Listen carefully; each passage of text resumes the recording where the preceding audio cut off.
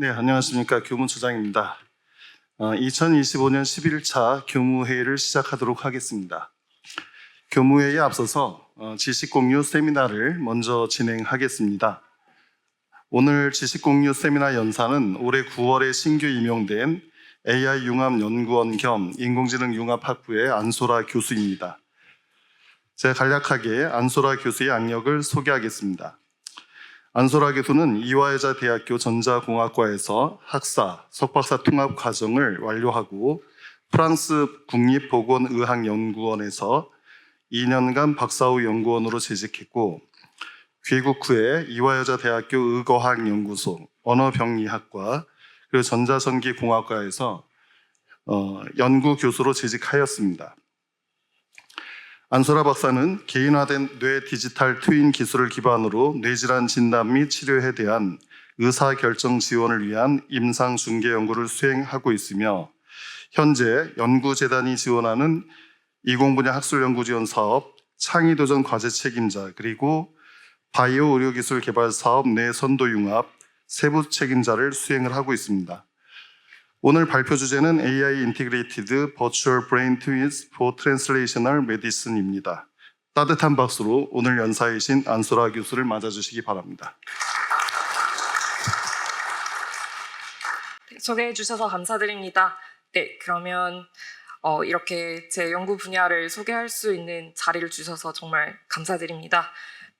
제 연구 배경에 대해서 먼저 간단히 말씀드리고 발표를 이어나가도록 하겠습니다. 저는 말씀해 주신 대로 전자공학 배경을 갖고 반도체 소자 모델링이나 회로 설계 연구부터 계산뇌 신경 모델링 연구, 그리고 동물 실험, 그리고 AI 모델 개발, 임상의학 연구까지 다양한 분야의 연구들을 수행해 왔습니다.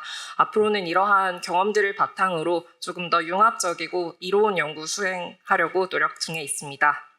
오늘은 제가 지난 한 10여 년간 그래도 조금 더 주력해서 연구를 진행해온 가상뇌 모델링 연구에 대해서 말씀을 드리고자 합니다.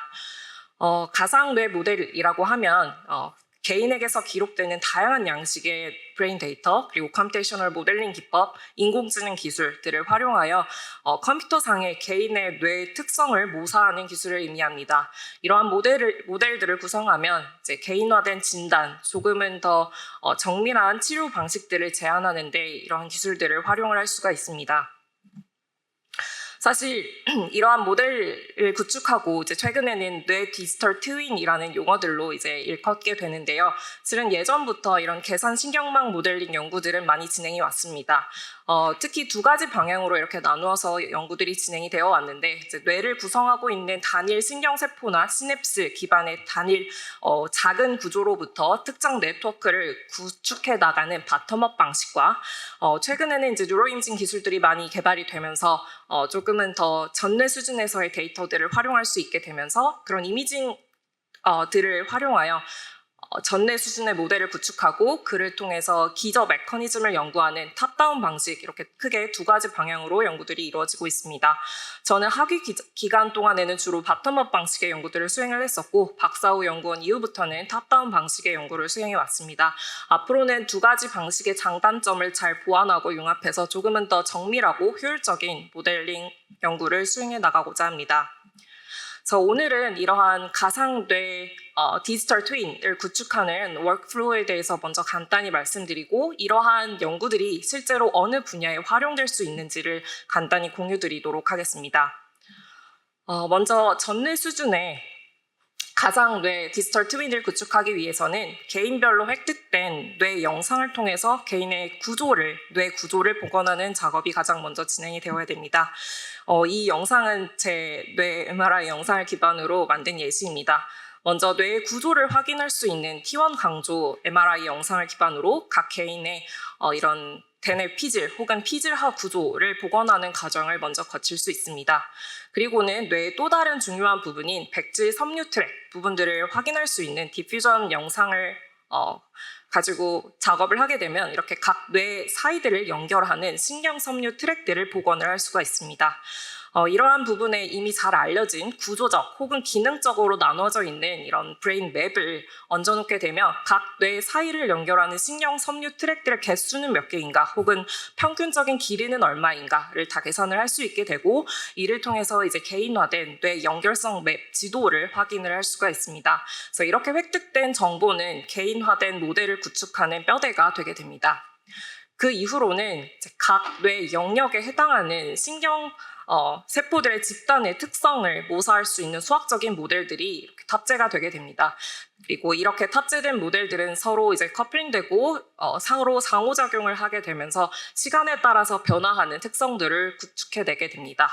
그래서 이 모델에는 이제 여러 가지 자유롭게 조정이 가능한 모델 파라미터들이 존재하게 되는데요.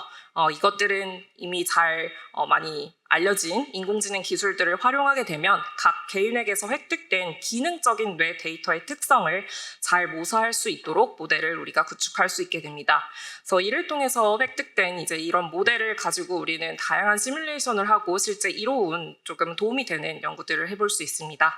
이렇게 구축된 개인화된 뇌 디지털 트윈은 개인의 뇌 특성을 모사할 뿐만 아니라 실제 상황에서는 해보기 조금 어려운 다양한 시뮬레이션을 해볼 수 있다는 데 큰 강점이 있습니다.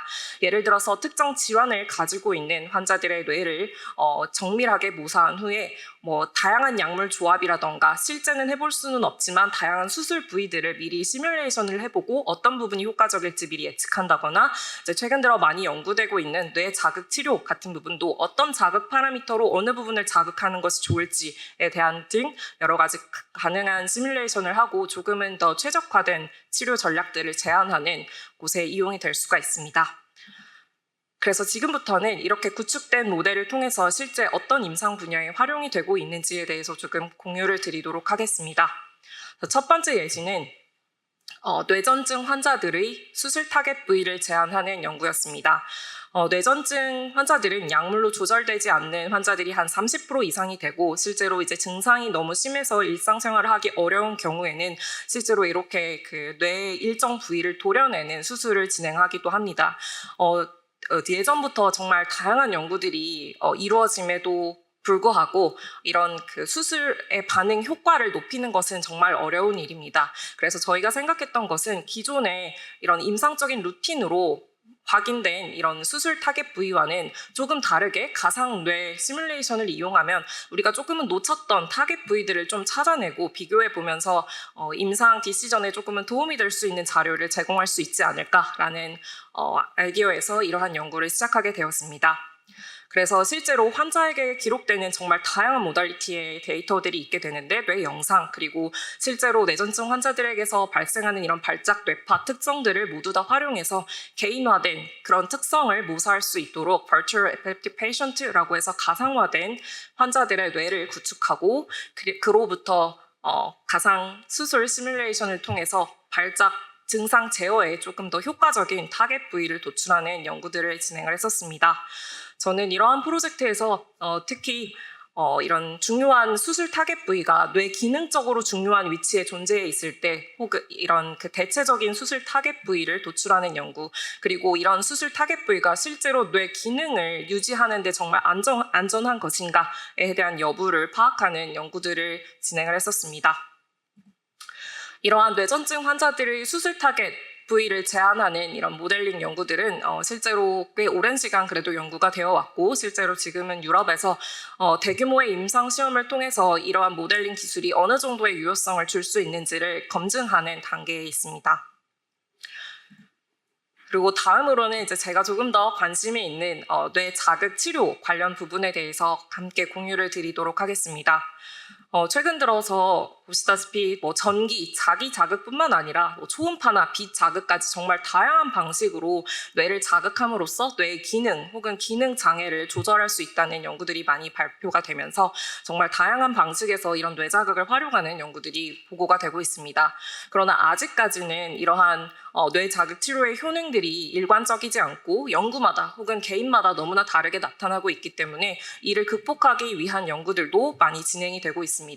그래서 가장 중요한 중요한 것은 개인별로 같은 위치를 자극하더라도 이렇게 효과가 다른데 어느 부분을 타겟해야 하는지 이런 개인화된 연구들이 주로 많이 이루어져 있고, 아직까지는 뇌 구조적인 부분에 집중을 해서 어느 부분을 타겟하여서 내가 원하는 자극의 세기를 타겟 부위에 강하게 인가할 수 있을지에 대한 컴퓨테이셔널 모델링 연구가 많이 진행되고 있습니다. 네, 저희가 생각했던 것은 뇌 구조에만 의존할 것이 아니라 실제로 지금 뇌가 시간에 따라서 계속 변화하고 있는 그 상태를 고려했을 때 현 상태에서 가장 효과적인 이런 자극 치료를 제한하기 위해서는 동력학 시뮬레이션까지 포함된 가상뇌 시뮬레이션이 필요하다고 생각을 했고, 이런 부분을 집중을 해서 이제 연구를 진행해 왔습니다. 그래서 오늘은 제가 진행했던 연구 중 두 가지 부분에 대해서만 짧게 소개를 드리려고 합니다. 우선 첫 번째는 침습적인 방식으로 뇌 자극을 인가하는 심부 뇌 자극 DBS에 해당하는 예시고요. 두 번째는 비침습적인 방법으로 이제 밖에서 미주신경 자극을 진행함으로써 이룰 수 있는 부분에 대한 연구입니다. 그래서 먼저 DBS 연구에 대해서 먼저 공유드리도록 하겠습니다. 이 연구는 캘거리 대학교와 함께 협력 연구를 수행을 했었고, 약물로는 잘 조절되지 않는 우울증 환자들을 대상으로 이제 이러한 심부뇌 자극 치료들을 수행하고 있는데, 그 효능을 조금 더 높이기 위한 연구를 진행을 했었습니다. 되게 예전부터 이런 DBS 연구들은 이루어져 왔지만 아직도 그 효능은 한 50% 정도의 반응률을 보이고 있고요. 그래서 많은 연구들이 왜 어떤 사람들은 잘 듣고 어떤 사람들은 들지 않을까라는 연구를 계속해 오고 있습니다. 그래서 최근까지 발표된 논문들 중에서 그래도 최신 결과들을 보자면, 반응을 잘 한 환자들을 보니 자극한 위치에서 타겟해서 보이는 이런 영향을 받게 되는 신경 섬유 트랙들이 일관된 패턴을 보이더라. 그리고 이러한 부분들이 뭔가 자극이 되었을 때 우리가 침습적이지 않은 뇌파로 기록해 봤을 때 이런 반응 패턴들이 보이는 것을 확인하였다라는 연구들이 있었습니다. 그리고 실제로 서로 다른 이런 신경 섬유 트랙을 자극할 때마다 보이는 이런 뇌파에서의 반응 패턴들이 다르다라는 점들이 보고되어서, 저희는 이러한 점들에서 착안하여 우리는 뇌 모델을 구축할 수 있고 실제로 침습적인 수술을 하기 이전에 뭔가 특정 부위의 자극을 인가할 수도 있고, 어느 부분이 이제 활성화되는지 트랙뿐만 아니라 그것에 대한 반응 패턴들을 뇌파까지 우리가 확인을 할 수 있기 때문에, 만약 우리가 치료 반응과 잘 연관이 되어 있다고 알려진 이런 타겟 패턴이 있다면 이미 환자들에게 수술을 하기 이전에 이런 자극 위치들을 좀 체계적으로 변화시켜 가면서 조금은 도움이 되는 패턴들을 우리가 미리 예측해 볼 수 있지 않을까라는 생각에서 연구를 진행했었습니다.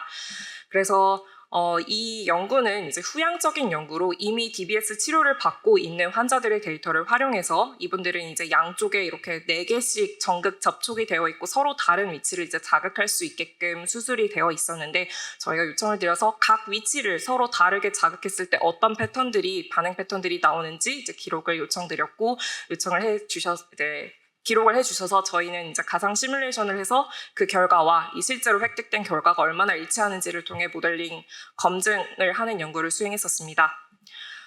그래서 이전과는 조금 다른, 조금 더 정밀한 모델링 방식이 필요해서 저희는 조금 더 고해상도의 모델을 구축하는 방법론을 제안을 하였고, 이를 통해서 실제 환자들에게서 서로 다른 위치를 자극했을 때 활성화되는 이런 신경섬유 트랙이 다를 뿐만 아니라 실제로 뇌파에서 기록되는 이런 반응 패턴들이 서로 다르게 시뮬레이션 될 수 있음을 확인하였고, 이 부분이 실제로 기록된 환자들에게서의 데이터와도 유사함을 일단 확인하였습니다. 그 이후로는 아직까지는 많은 한계점들이 있기 때문에 이러한 접근 방식을 전향적으로 환자들에게 적용해 보기는 어려웠지만, 이제 DBS는 워낙 다양한 뇌 질환에서도 활용이 되고 있기 때문에 그러한 부분으로 확장하여 연구를 진행해 나가고자 합니다. 그리고 마지막으로는 이제 제가 최근에 진행했던 비침습적 미주신경 자극에 대한 부분을 공유드리도록 하겠습니다.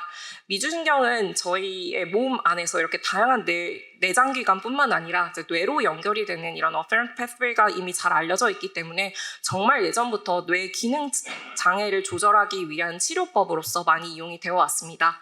그런데 이제 최근에는 이렇게 수술이 필요 없는 비침습적인 방법으로도 전통적으로 행해지던 미주신경 자극의 효능을 비슷하게 이제 낼 수 있다라는 부분들이 발견이 되면서 정말 다양한 어플리케이션에 이용이 되고 있고, 최근 들어서는 이제 노화에 따라서 일어날 수밖에 없는 인지 저하 부분에 대해서 인지 강화나 인지 재활을 위한 연구에 함께 많이 이용이 되고 있습니다. 그래서 저희는 이에 따라서 이제 이러한 비침습적 미주신경 자극이 정말 인지기능 강화에 도움이 될 수 있을지에 대한 부분을 체계적으로 보기 위해서 학제 간 협력 연구로서 이러한 연구를 수행했었습니다. 그래서 결과에 대해서만 간단하게 말씀을 드리자면 저희는 이제 이 연구를 함에 있어서 아무런 질환 진단을 받지 않는 노년층을 대상으로 연구를 했기 때문에 이제 전체적으로 봤을 때는 미주신경 자극을 통한 인지 강화가 통계적으로 유의한 결과를 보이지는 않았습니다. 네, 흥미롭게도 베이스라인 퍼포먼스에 따라서 두 그룹으로 나눈 다음에 이제 결과를 비교했을 때는 조금 흥미로운 패턴이 보였습니다. 그래서 보시면 이미 수행력이 조금 낮았던 그룹에서는 미주신경 자극을 한 이후에 수행력이 유의하게 증가되는 경향을 보였지만 이미 수행력이 오히려 높으셨던 분들은 자극으로 인해서 약간 수행력이 감소하거나 혹은 변화하지 않는 이런 패턴들이 보였습니다. 그래서 저희는 이 부분이 되게 흥미롭게 느껴졌었고 왜 이러한 일들이 발생하는지에 대해서 조금 더 해석해 보기 위해서 뇌 시뮬레이션 연구를 수행을 했었습니다. 그래서 앞에 말씀드렸던 대로 이제 고해상도 시뮬레이션 그 프레임워크를 이용해서 연구를 수행하였고 특히 여기서 제가 했던 부분은 이제 노화에 따라서 잘 알려진 백질 섬유 트랙들이 이렇게 퇴화로 인해서 나타나는 일들이 있다고 알려져 있는데 이런 부분들을 모델에 반영했을 때 구조가 어떻게 기능적인 곳에 영향을 주게 되고 그 현상, 그 반응 상태에서 제가 가해주는 그런 미주신경 자극이 어떤 효과를 낼 수 있는지를 시뮬레이션하는 연구를 수행했었습니다. 그래서 결과를 보시게 되면 간단하게만 말씀드리면 에이징에 따라서 백질 섬유 트랙이 퇴화가 되게 되면 구조적인 변화임에도 불구하고 전두엽에서 이렇게 기능적인 연결성이 낮아지는 패턴을 보이게 되었습니다. 그리고 이렇게 기능적인 연결성이 낮은 상태에서 외부에서 미주신경 자극을 인가하게 되면 그렇게 인가된 자극이 서로 다른 뇌 영역들을 동시에 자극하면서 인트레인먼트 시키는 효과가 나타나면서 여러 뇌 영역들이 오히려 동기화가 되고 기능적인 연결성이 강화되는 패턴을 확인할 수 있었습니다. 그렇지만 구조적인 연결성의 퇴화가 일어나지 않았고 원래 기능적인 연결성조차 이렇게 높았던 분들은 오히려 외부의 자극이 이미 동기화가 잘 되어 있는 영역들을 약간 불안정하게 만들고 오히려 perturbation 효과를 주면서 기능적인 연결성이 이렇게 감소하는 현상을 확인할 수 있었습니다. 이러한 시뮬레이션 결과는 실제 이제 피험자분들에서 이제 뇌 신호를 기록한 실험 결과와도 일치하였고 그것이 결국 행동 결과와도 연결이 된다는 점에서 저희는 꽤 흥미롭게 느꼈고 이러한 뇌 자극 치료가 모든 사람에게 동일하게 효과를 주지 않는 이유가 이렇게 구조적 혹은 기능적인 상태에 따라서 다르게 반응할 수 있음을 확인하였습니다. 그래서 이러한 연구를 통해서 저희는 이제 뇌 자극 치료를 제한함에 있어서 개인의 구조적, 기능적인 뇌 상태를 정확하게 파악하고 개인화된 전략을 세워야 한다는 점을 강조를 했었고 지금 모델에서는 여러 한계가 있지만 조금은 더 뉴로피지올로지컬한 디테일을 추가함으로써 이제 그럼 이 상태에서는 어느 자극의 파라미터가 더 효과적인지를 제한하는 방향으로 연구 내용을 확장하고 있습니다. 네, 그러면 이제 앞으로의 계획에 대해서 짧게 말씀드리도록 하겠습니다. 그래서 먼저 지금 수행하고 있는 연구들에 대해서 짧게 말씀을 드리자면 저는 이제 이전의 경험들을 통해서 한국에 와서도 뇌전증 환자들의 치료를 위한 연구들을 수행을 하고 있습니다. 그래서 특히 소아뇌전증 환자들에게 초점을 맞춰서 이 환자들은 발달 단계에 있기 때문에 치료할 때 지금 뇌 기능을 잃지 않게끔 하는 부분이 굉장히 중요하거든요. 그래서 그런 부분들을 고려해서 개인화된 치료 전략들을 도출할 수 있는 가상뇌 모델링 연구를 수행하고 있고 또 치매의 조기 주표로 알려져 있는 언어 영역, 언어 기능을 향상시킬 수 있는 비침습적인 뇌 자극 연구도 함께 수행하고 있습니다. 그리고 이제 최근까지는 제가 거의 임상기관에서 이미 획득된 데이터를 기반으로 연구를 수행했다면 지금은 조금 더 능동적인 방향으로 데이터 컬렉션도 직접 하고 실제 모델의 시뮬레이션 결과들도 실제 실험에 반영해 봄으로써 조금은 능동적인 방향으로 연구 내용을 확장하고 있습니다. 그리고 이런 모델링 방법은 아직까지 그 방법론에 많은 한계가 있기 때문에 계속 이제 업그레이드를 시키는 방향으로 연구가 지속되어야 하고 이 부분과 관련해서는 프랑스 체코 연구 그룹과 함께 협력하여서 연구를 수행하고 있습니다. 그리고 앞으로는 한림대학교에 계신 여러 교수님들, 연구팀들과 여러 융합 분야에 있어서 이런 모델링 기술을 활용할 수 있는 분야가 있다면 함께 확장하여 연구를 수행해보고 싶습니다. 그래서 마지막 슬라이드인데요. 저의 장기적인 연구 목표입니다. 저의 장기적인 연구 목표는 이제 뇌 자극 치료의 효능을 최적화할 수 있는 개인화된 디지털 플랫폼을 구축하는 것입니다. 그래서 이를 위해서는 공학적인 방법, 그리고 뭐 인공지능 기술 이러한 부분들도 물론 매우 중요하지만 동물 실험과 같은 기초적인 연구들, 그리고 임상팀에서의 통찰력과 같은 부분들이 함께 잘 융합이 되어야 가능한 일이라고 생각합니다. 그래서 앞으로 지금보다 더 많이 적극적으로 다른 팀들과 이제 협력하고 이로운 연구 수행해 나갈 수 있도록 노력하겠습니다. 그래서 이상입니다. 제가 오늘 준비한 내용은 여기까지고 경청해 주셔서 감사합니다.